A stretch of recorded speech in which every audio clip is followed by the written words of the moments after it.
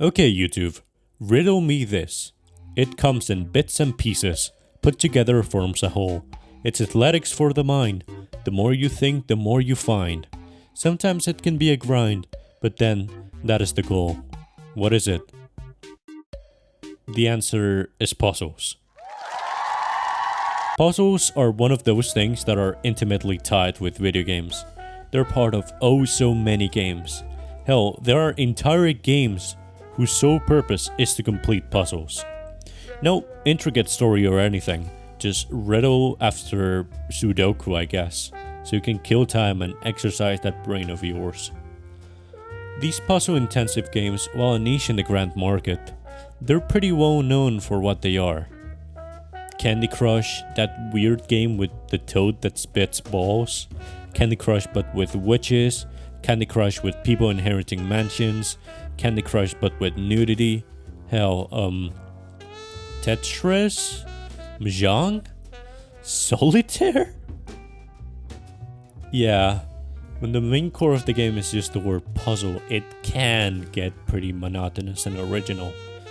Which is why game studios like to mismatch genres together and see if they work. Thanks to this, we've gotten pretty sick playable cocktails, like for example, the combination of puzzles and guns can lead to games like Half-Life, Doom and other boomer shooters. Hell, most horror games and even some stealth games, or in the case of today's game, what would happen if you mix puzzles and portals, among other platformer mechanics. Portal for me is especially shiny diamond in an already immaculate jewelry collection. Valve is a company that's known for never missing, 99% of the time that is, and their repertoire is home to many classic, deeply influential games. The aforementioned Half-Life games, the immortal Team Fortress 2, the griefing sim that are the Counter-Strike games, and the two neat little games about science, robots, cake, and space. And somehow these two quirky games are, in my humble opinion, slightly better than Half-Life and the other Valve IPs. So, how did they do it? Well, let's see, starting from the very beginning. Wait. Before we actually get to Portal, we need to talk about the game that spawned the idea for Portal. Nervacular Drop. Before Valve, the core concept of Portal existed in this freeware game called Nervacular Drop, which is an independent game released by the students of the DigiPen in 2005, who, fun fact, are now employed at Valve. This is a strange little experience. It stars our protagonist, a princess, who must use two interconnected portals she can place on walls, ceilings, and the floor to find her way through a sentient dungeon named Wally. No, not that one. No, not that one either. Motherfucker. To anyone who has played Portal, there are characteristics from this school project that carried on to the Portal we know. Certain elements, like how there's an orange-blue tint so we can identify which of the two portals we're looking at, or the fact that the dungeon is sentient. Curious. During DigiPen's career day, some representatives from Valve came to the DigiPen to see what the students had to show. When they saw an Nervacular Drop, they invited the team to present the game at Valve's headquarters, where, unbeknownst to the students, Gabe Newell himself would be sitting in the audience.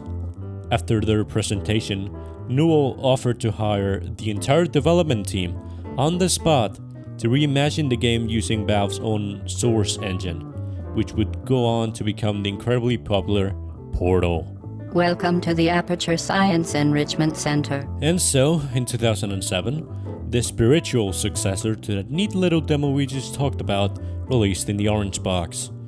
It was just meant as a neat little tech demo, a small playable experience that served as a nice dessert and a side distraction after two full-on incredible games. And my question is, how can a little 3-hour demo stand among one of the best stories gaming has to offer and the gold standard of class-based shooters? Well, because it's very unique. It fits a niche that kind of interacts in a similar way to Half-Life 2's more puzzly segments, but it doesn't step in its territory, because Portal doesn't have combat. Alright, I take that back. It doesn't have direct combat.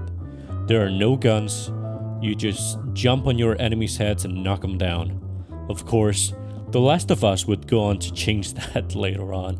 The gameplay, apart from the fact that it is simple enough, you got yourself a portal gun, or as the game calls it, the Aperture Science handheld portal device.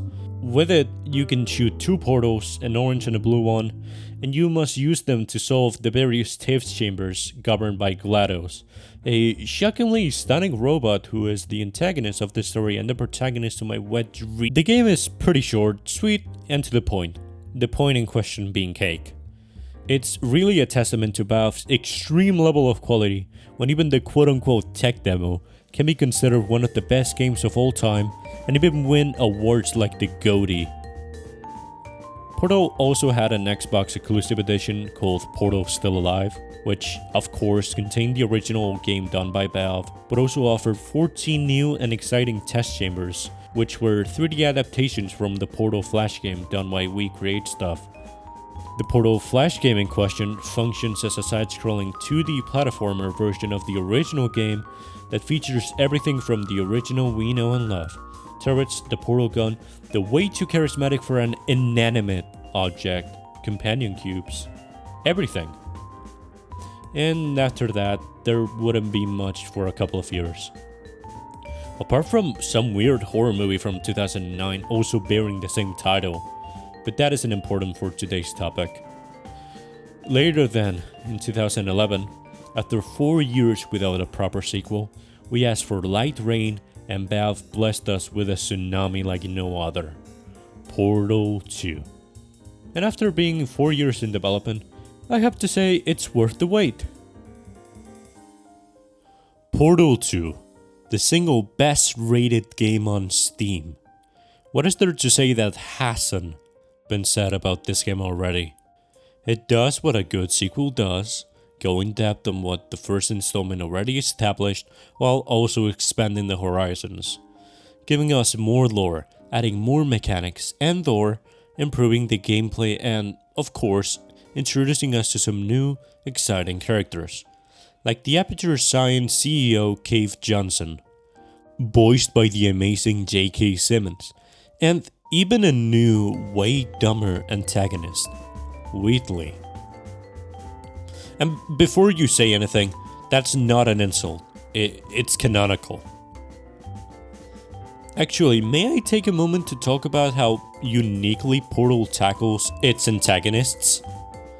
GLaDOS and Wheatley are unique villains, in the sense that they're villainous antagonists and the comic relief at the same time. They're the butt of the joke, the person delivering the joke, and the punchline, all at the same time. Alright, paradox time. This sentence is false. Don't think about it. Don't think about it. Don't True. Don't think about it. I'll go true. Yeah, that was easy. I'll be honest, I might have read that one before though, sort of cheating. It's a paradox. There is no answer. Look, this place is going to blow up if I don't get back in my body. False. I'll go false. But Portal 2 didn't just give us an awesome single-player story that's actually somehow better than the first one. It also gave us a multiplayer mode where you and one of your friends can head once again into the research labs and solve some more test chambers with camaraderie and teamwork this time. I've played it and I have to say, it's pretty bodacious. This game basically swept Game of the Year awards from Complex Magazine to the Games Awards themselves. Plus, it also got amazing scores from the critics and the public. Like I said, best rated game on Steam. And after all of those high notes in the franchise, nothing. The franchise remained dormant for little under a decade, entering the famous, or rather infamous, Valve hiatus, where a third game won't happen unless it's like reality-shattering good. But hey, in the meantime, we got a Portal theme expansion to LEGO Dimensions. The whole Skylanders copycat frenzy was already on its deathbed. And then, in March of last year, Valve released Aperture Desk Job, which honored the first Portal by being a tech demo, this time for Source 2 and, the Steam Deck. It's not meant to be the grand next mainline Portal game. It's just a spin-off to add some more world building to the world of Portal and enriching Aperture by deepening its lore. This game and Half-Life Alyx show that Valve, at its core, still loves making games. Oh yeah, and even more recently, we got an RTX incorporated build of Portal, just like Quake got the treatment done a couple of years ago. Now, I haven't really been able to play it because my computer is held together with bubblegum and duct tape, plus it's old.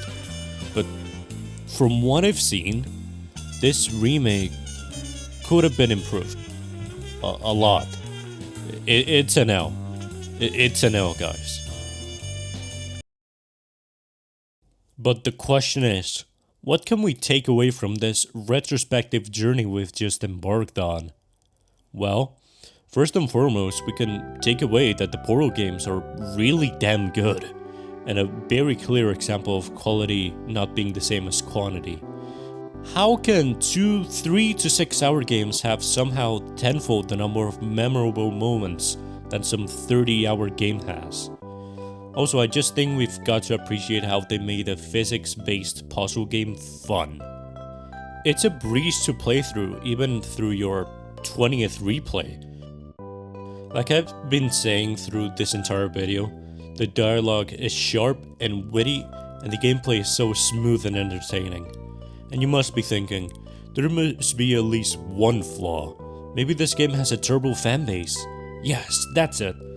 And I'd respond with no. The Portal community is so nice and welcoming. They've got a really unconditional appreciation for these games. And, for an IP that hasn't had a game made in over a decade, the fanbase is still as strong as it's ever been. You could even say the franchise is still alive. Still alive. Still alive. Remember to like, subscribe, and to hit the bell.